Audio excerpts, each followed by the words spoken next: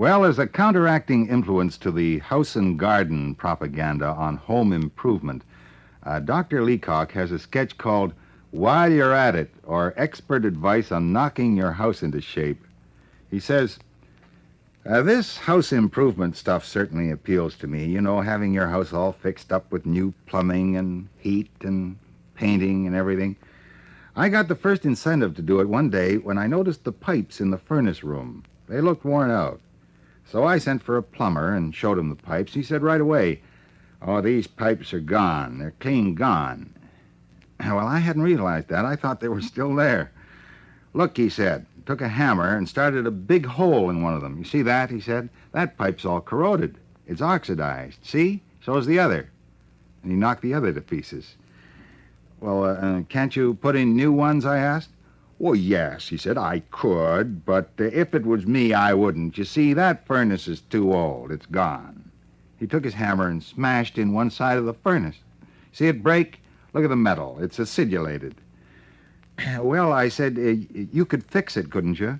"Well, yes," the plumber answered, "I could, but if it was me, I'd throw that furnace right out and put in the new self-acting thermostatic heat. It's fireless and without fuel and cuts your cost per thermal unit by over 100%. Would you allow me anything on the old furnace?" "Oh, I wouldn't bother with it if I were you. Just throw it out. Of course, it means changing the water pipes to your kitchen range. You know if they run through the range or are they geocentric?" "I don't know," I said. "Well, anyhow, if it was me, I'd throw all the pipes away and reset new ones." So I got a kitchen range man to come and have a look, and he said right away that while I was at it, I'd better throw the range out. Just not bother with it. He explained that the whole range was fused. Just think of it.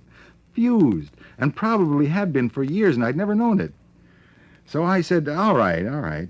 Put in the new hypogastric kind that you say doesn't use heat at all, but cooks with rheostats. Certainly seems wonderful. So I threw the old range out, and on the man's advice, I didn't ask for any allowance on it. He told me it just wasn't worth bothering with. But he said that I'd have to have the wall moved a couple of feet sideways. He said any building firm could do that in a day. I sent for a builder, and he came over with his foreman, and they looked at the wall and said it was perfectly easy to move it. Just a little brick and mortar, a few feet of scantlings, no job at all. Wouldn't cost much. At the same time, they advised me not to do it. They wouldn't do it if it was them, if it was either of them. What they both suggested, and they both thought of it, was not to shift the pantry wall itself, but to carry it right up through the house, sink it below the basement, and lift it right up through the roof. They reached up their hands above their heads to show how.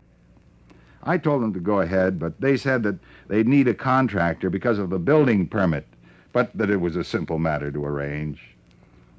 They came back presently with the contractor. He took a look around, shook his head. He said he could carry the wall up, but much better knock down the house. The house, he showed me, was badly hipped. He said it must have fluted, probably started with a small flute, that had just gone on fluting. He showed me a place in the dining room where, just with a little builder's axe that he carried, he knocked out bucketfuls of plaster. It seems there was a cyst in the wall. He strongly advised knocking the house down.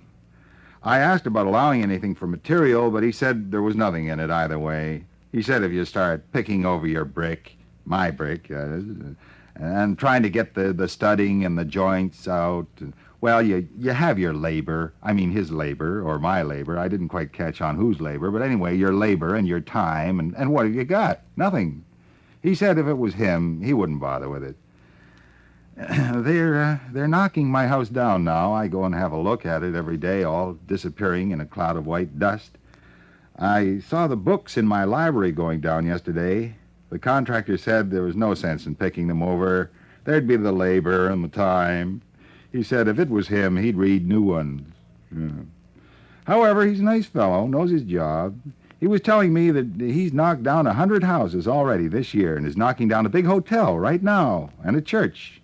He sent in a tender a few years ago to go and knock down Westminster Abbey for the coronation, but he was too late, yeah. Meanwhile, I am living in a room in a hotel. That'll give me time, they say, to turn around. I never felt till now that I needed time to turn around, But the builder and the contractor and everybody said I'd better take time to turn around. Anyway, that's all the time the hotel could give me. They didn't want me. They said they'd rather throw me into the river and get a new guest. But they'll keep me till I turn around. After that, they want the room.